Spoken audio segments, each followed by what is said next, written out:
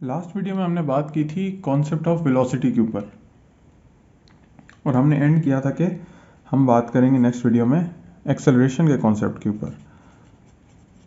तो आपने अंदाज़ा लगा लिया होगा कि जिस तरह हमारे पास rate of change of displacement जो होता था उसे हम वेलोसिटी कहते थे, तो rate of change of velocity भी डेफिनेटली किसी टर्म को करस्पॉन्ड करती होगी कि हमारे पास वेलोसिटी किस तरह चेंज हो रही है। तो वहाँ से हमारे पास आता है कॉन्सेप्ट ऑफ एक्सेलरेशन। एक्सेलरेशन हमें बताती है कि हमारी वेलोसिटी जो है वो कितने रेट के साथ चेंज हो रही है, यानी rate of change of velocity को हम एक्सेलरेशन कहते हैं।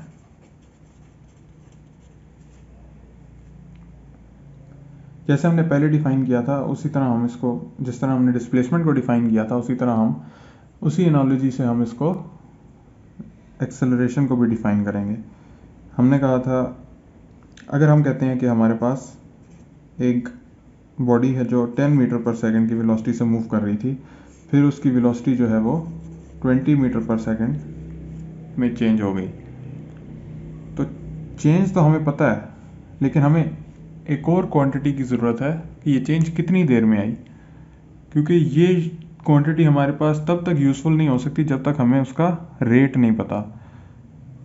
अगर हम कह रहे हैं कि इसकी वेलोसिटी किसी एक बॉडी की 10 से 20 मीटर पर सेकंड में चेंज हो गई है, अब हो सकता है वो 10 सेकंड के अंदर चेंज हुई है, हो सकता है वो 10 घंटे के अंदर चेंज हुई है। तो टाइम जो है यहाँ पर वो बहुत इंपॉर्टेंट है, इसलिए हम रेट ऑफ चेंज की बात करते हैं हमेशा। हम फ़र्ज़ कर लें, कहते हैं कि इसकी वेलोसिटी जो है वो 10 से 20 मीटर पर सेकंड चेंज हुई है इन 2 सेकंड्स। तो फिर हम जो है यहाँ से आसानी से रेट निकाल सकते हैं। हम कहेंगे कि एक्सेलरेशन जो थी इस बॉडी की वो थी change in velocity over change in time. आपको पता है कि ये टर्म जो है हमें rate of change of velocity with time दे रही है। तो ये हमारे पास आ जाएगा, जैसा कि आप देख सकते हैं चेंज हमारे पास कितना आया है, 10 मीटर पर सेकंड का चेंज आया है इन 2 सेकंड्स। ये हमारे पास आ गया 5 मीटर पर सेकंड स्क्वायर। अच्छा, काफ़ी लोग जो हैं वो इस यूनिट से कंफ्यूज होते हैं कि एक्सेलरेशन का यूनिट 5 मीटर पर सेकंड स्क्वायर क्यों है, यानी स्क्वायर कहाँ से आ गया। तो ये मैं आपको थोड़ा सा एक्सप्लेन कर देता हूँ 5 मीटर पर सेकंड स्क्वायर का एक्चुअली मतलब क्या है। देखिए, हमारी बॉडी के कोई भी बॉडी जो जिसकी हमने एक्सेलरेशन डिफाइन की है, इसी की बात कर लें अगर, हमने कहा 5 मीटर पर सेकंड स्क्वायर। 5 मीटर पर सेकंड स्क्वायर का मतलब है कि हमारी बॉडी की एक्सेलरेशन जो है वो है 5 मीटर्स पर सेकंड, यानी 5 मीटर पर सेकंड अब किसका यूनिट है, ये हमारे पास वेलोसिटी का यूनिट है। यानी कि 5 मीटर पर सेकंड वेलोसिटी की जो है चेंज आ रही है इन 1 सेकंड, यानी कि 1 सेकंड के अंदर उसकी वेलोसिटी जो है वो 5 मीटर पर सेकंड के हिसाब से चेंज हो रही है। तो इसे हम कहते हैं 5 मीटर पर सेकंड। तो इसलिए हम जब इसको सॉल्व करके लिखते हैं तो ये हमारे पास आ जाता है 5 मीटर पर सेकंड स्क्वायर। एक्चुअली इसका फिजिकल मतलब ये दे रहा होता है कि 5 मीटर पर सेकंड की चेंज इन 1 सेकंड। तो उसको जब हम सॉल्व करके लिखते हैं, या आप कहें कि एल्जेब्रिकली जब जोड़ कर लिखते हैं, तो वो हमारे पास आता है 5 मीटर पर सेकंड स्क्वायर। अब हमने एक्सेलरेशन को डिफाइन कर लिया है, तो यहाँ से हम जो है फोर्स के कॉन्सेप्ट को भी इंट्रोड्यूस करा देते हैं। फोर्स को हम डिफाइन करते हैं न्यूटन के सेकंड लॉ से। न्यूटन का सेकंड लॉ क्या कहता है? न्यूटन का सेकंड लॉ कहता है when a force acts on an object an acceleration is produced in the direction of the force and the magnitude of the acceleration is directly proportional to the net force and inversely proportional to the mass of the object. अब इससे क्या मुराद है?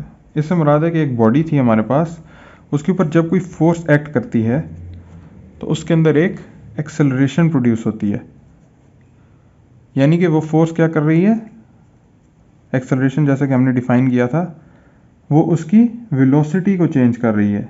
यानी कि ये object अगर तो rest पर पड़ा हुआ था तो उसको मूव कराने लग जाएगी, तो उसकी वेलोसिटी 0 से किसी भी कह देते हैं इसे, किसी भी नॉन ज़ीरो वैल्यू के ऊपर चेंज हो रही है, तो उसके अंदर एक एक्सेलरेशन प्रोड्यूस हो रही है।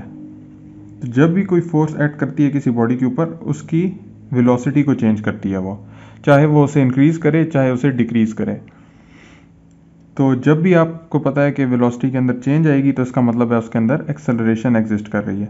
तो न्यूटन ने यही कहा था कि जब आप किसी ऑब्जेक्ट के ऊपर फोर्स अप्लाई करते हैं तो उसके अंदर एक एक्सेलरेशन प्रोड्यूस होती है उसी डायरेक्शन में जिस डायरेक्शन में आपने फोर्स लगाई थी, और उस एक्सेलरेशन का जो मैग्नीट्यूड है वो फोर्स के डायरेक्टली प्रोपोर्शनल होता है।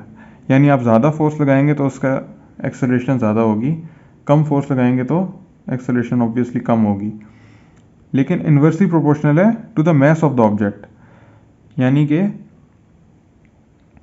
आपका जो मैस होगा बॉडी का वो अगर ज़्यादा होगा तो उसकी एक्सेलरेशन कम प्रोड्यूस होगी।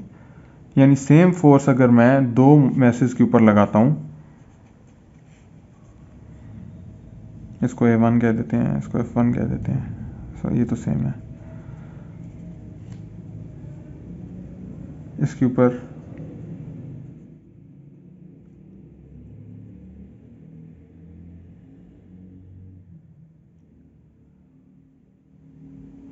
इसका मैस ज़्यादा है, इसका मैस कम है।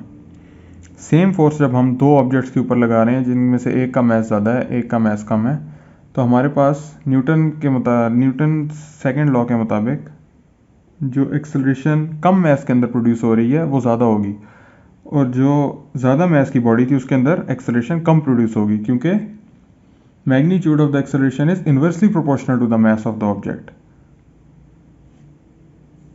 तो बेसिकली जो हमारे पास न्यूटन्स लॉ है उसकी मैथमेटिकल फॉर्म होती है F equals m times a। यानी कि हमारे पास अगर सेम फोर्स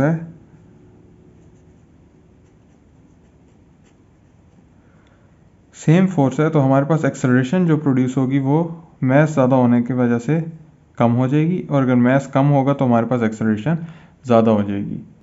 यहाँ से हमारे पास एक एक्सेलरेशन से हमारे पास कॉन्सेप्ट आ गया फोर्सेस का। नेक्स्ट वीडियो के अंदर हम डिस्कस करेंगे कि फोर्सेस को हम मोमेंटम से किस तरह रिलेट कर सकते हैं। आई होप इस वीडियो के बाद आपके कॉन्सेप्ट्स बेहतर हुए होंगे। अगर किसी पॉइंट की एक्सप्लेनेशन मेरी तरफ से रह गई है तो कमेंट्स में ज़रूर बताइएगा। नेक्स्ट वीडियो में मैं उसे पूरी तरह एड्रेस करने की कोशिश करूँगा। अगर वीडियो पसंद आई है तो लाइक का बटन प्रेस कीजिए, एंड थैंक्स फॉर वॉचिंग।